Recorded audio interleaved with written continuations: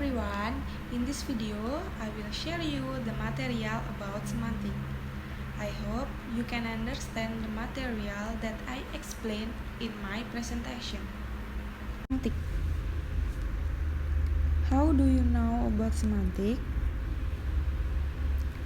Semantic is the branch of linguistics that deals with the study of meaning, change in meaning, and the principle that govern the relationship between sentence or word and their meanings. In semantic, it is the study of the relationship between sign and symbol and what they represent. Simple as it says, semantic is the study of meaning in the language. Harvard Hasley Smith 2007, page 1. We know that language is used to express meaning, which can be understood by others, but meanings exist in our mind, and we can express what is in our mind through the spoken and written form of language, as well as through gesture, action, and etc. Semantic is considered to be part of the grammar, phonology, syntax, and morphology, wherein these elements are related to the study of meaning. How is language organized in order to be meaningful? Language organized in order to be meaningful. Semantic is that level of linguistic analysis where meaning is analyzed. It is the most abstract level of linguistic analysis since we cannot see or observe meaning as we can observe and record sound. Meaning is related very closely to the human capacity to think logically and to understand. So, when we try to analyze meaning, we are trying to analyze our own capacity to think and understand our own ability to create meaning. Semantic in other discipline. There are three disciplines that concern with the systematic study of meaning in itself. First, psychology. Second is philosophy. Third, linguistics. In psychology, our interest in how individual humans learn, how they retain, recall, or lose information, how they classify, make judgment, and solve the problem. In other words, how the human mind seeks meanings and work with them. In philosophy of language are concerned with how we know, how we any particular fact that we know or accept as true is related to other possible facts, and in linguistics is concerned with identifying the meaningful element of specific language. The nature of language. All animals have some system for communicating with other members of their species, but only humans have a language which allows them to produce and understand every new message and to do so without any outside stimulus. For example, like songs of bird, bark of dog, and so forth. Language and the individual. Every human child with a few pathological exceptions learn the language of the society in which it grows up. A child gets the basic of that language in the first 5 or 6 years of life, may be the greatest intellectual feat of its lifetime. How the child does this is one of the most interesting puzzles in the study of human nature. Different aspects of meaning of a word. First, denotative meaning, and second is connotative meaning. In denotative meaning, the logical meaning which indicates the essential qualities of a concept which distinguish it from other concepts. In connotative meaning, the additional or associate meaning which is attached to the denotative conceptual meaning. It consists of association made with a concept whenever that concept is referred to. For example, like red rose. In the denotation, red rose is an object. And in connotative meaning, rose is a symbol of passion. Demonstrate semantic knowledge. The study of meaning can be taken in a various way. We cannot expect our listener to understand everything we say. There are many ways how people try to demonstrate their semantic knowledge.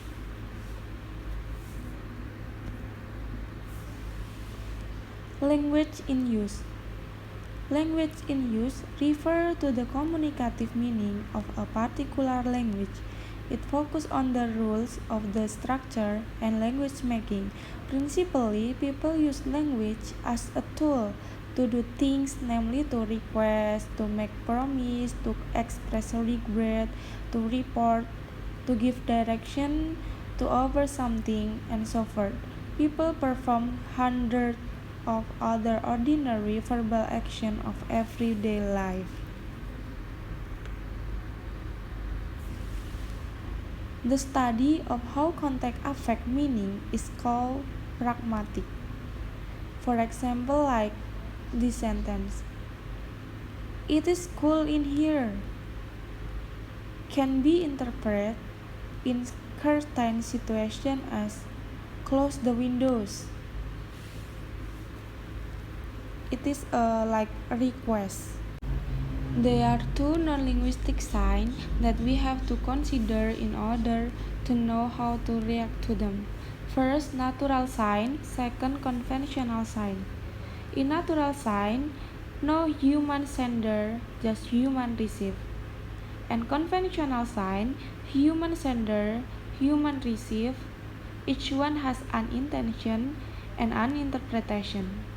In natural sign, people are less concerned with natural sign, and in conventional sign, people are more concerned with natural sign, and conventional sign do not use language or word or sentence. That is why they are called non-linguistic sign.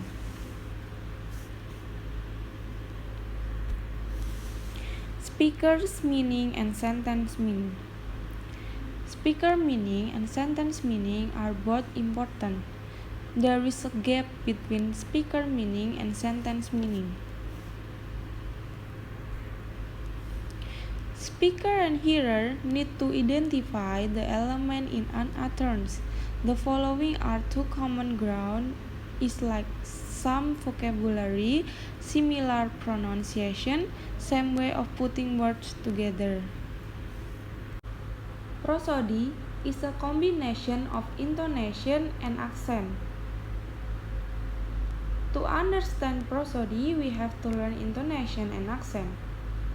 Intonation is the melody of spoken utterances, but accent is distinctive mode of pronunciation of a language. Prosody is the use of pitch, loudness, rhyme in speech to convey information, the structure, and meaning of an utterances.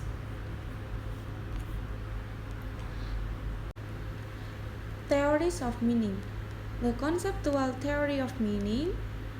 In the theory of meaning, just explain, words and things are directly related. But in the conceptual theory of meaning, words and things are related through the mediation of concept of the mind. Ogden and Richard saw this relationship as a triangle. There are pictured triangle in this slide. They are the word, symbol, and referent. The symbol, it means the linguistic element, the word and phrase. And sentence the referent, it means the object in the word truth or. And reference, its main concept. Thus, according to this theory, there is no direct link between the symbol and referent. The link is through reference or through our concept. The problem with this view is that we do not precisely know the nature of the link or bond between symbol and concept. Lexical semantic. It is the study of word meaning. It deals not only with meanings of individual words, but also with the way in which the meaning of different words are related.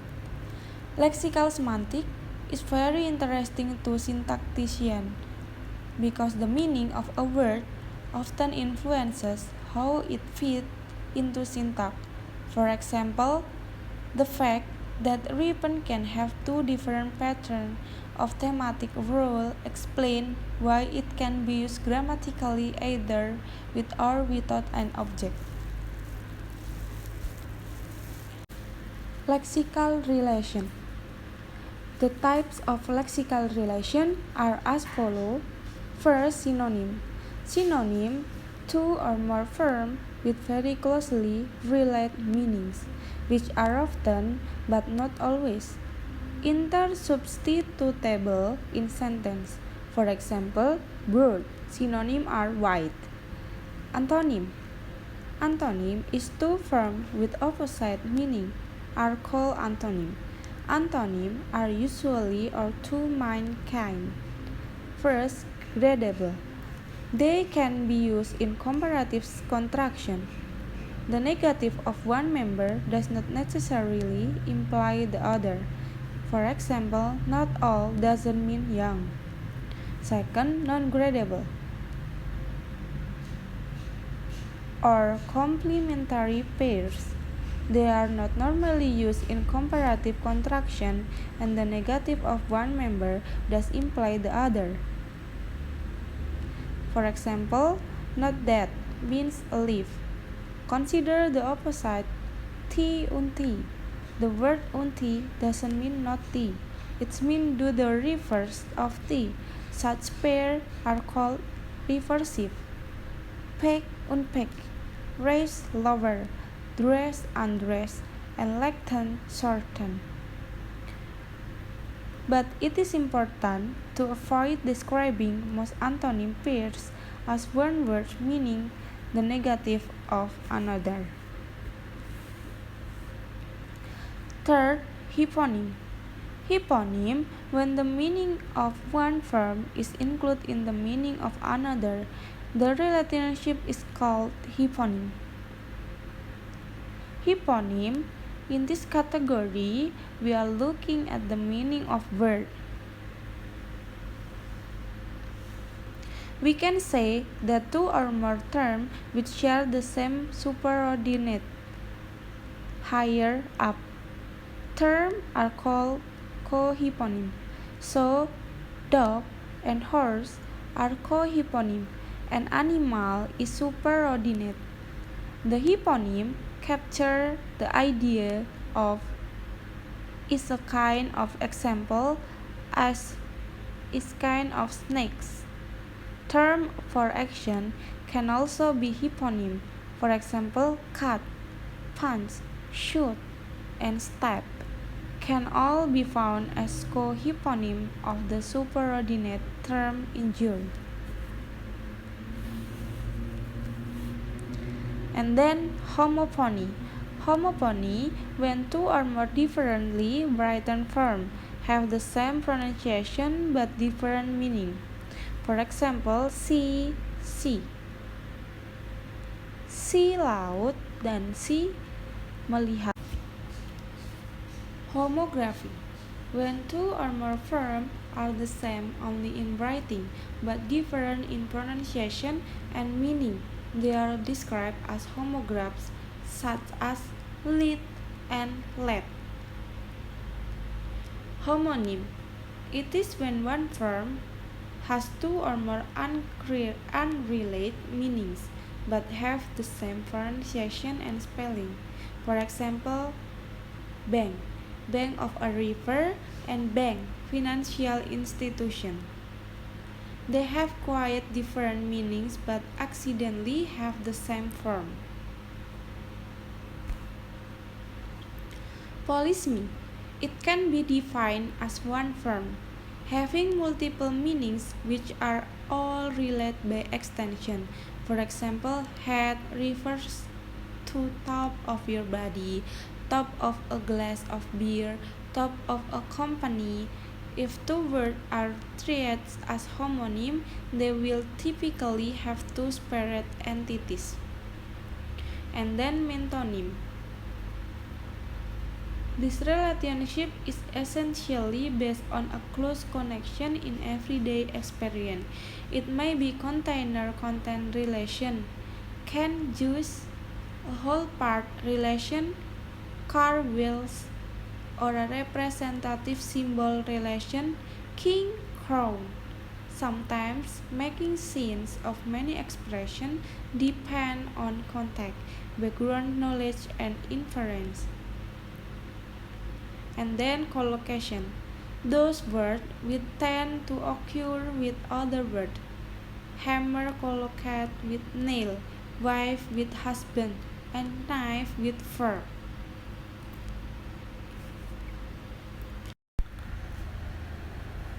Semantic role. In semantic role, instead of considering a word like a container of meaning, we can look at the role it performs in a sentence. My sister rang the bell with her elbow. My sister is agent, the bell is theme, her elbow is instrument. Agent. Agent is the entity that performs the action. Theme is the entity that is involved in or affected by the action. An instrument is if an agent uses another entity in performing an action. That other entity takes the role of instrument. For example, consider the following. An agent of an action can be human or non-human. The cat rang the bell. The wind blew the bell away, courageously killed the cat.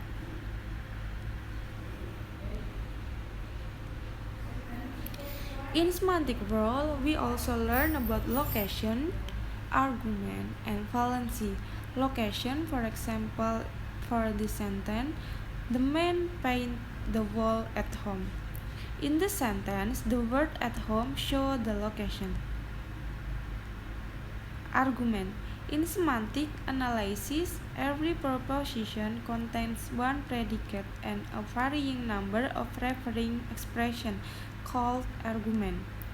Predicate may be a verb, an adjective, a preposition, or a noun phrase. And then we learn about valency. Valency theory is a description of the systematic potential of predicate in terms of the number and types of argument which may co-occur with them. A sentence may have valency of 0, 1, 2.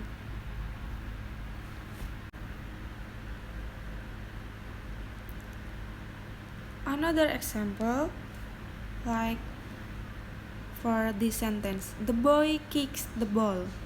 The boy is agent, the ball is theme. The man opened the door with a key. The man is agent, the door is theme, and a key is instrument. The theme can also be an entity. This is simply being described. The ball was red. The ball is theme. Although agents are typically human, they can also be non-human forces, machinist or creator. The wind blew the ball away. The wind is agent. The car ran over the ball. The car is agent. The dog caught the ball. The dog is agent. The theme can also be human. The boy kicked himself.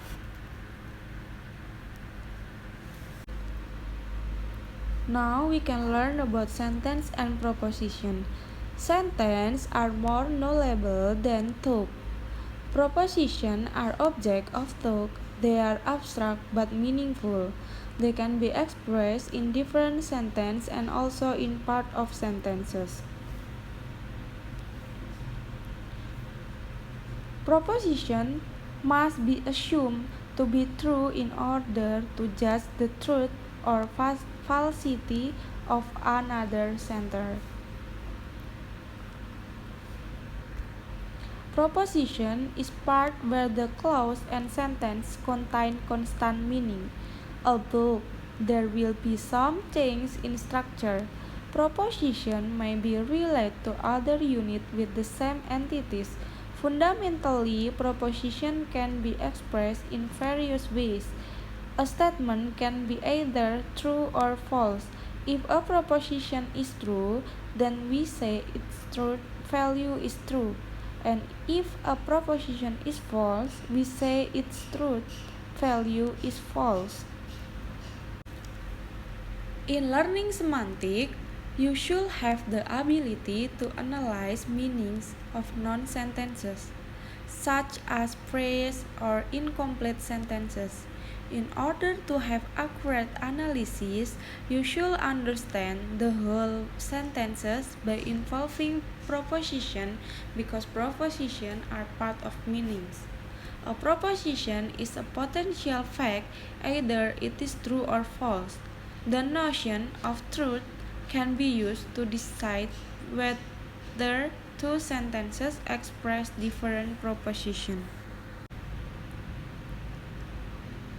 And then we can learn about aspect. Aspect is both grammatical and lexical. It is expressed in predicate, especially in verb, inflection, and collocation of verb. For example, it is beginning to break. It is breaking. It broke. It is broken.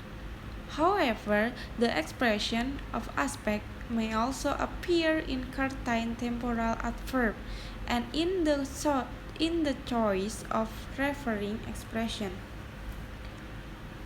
Aspect is expressed primarily in the predicate of sentences.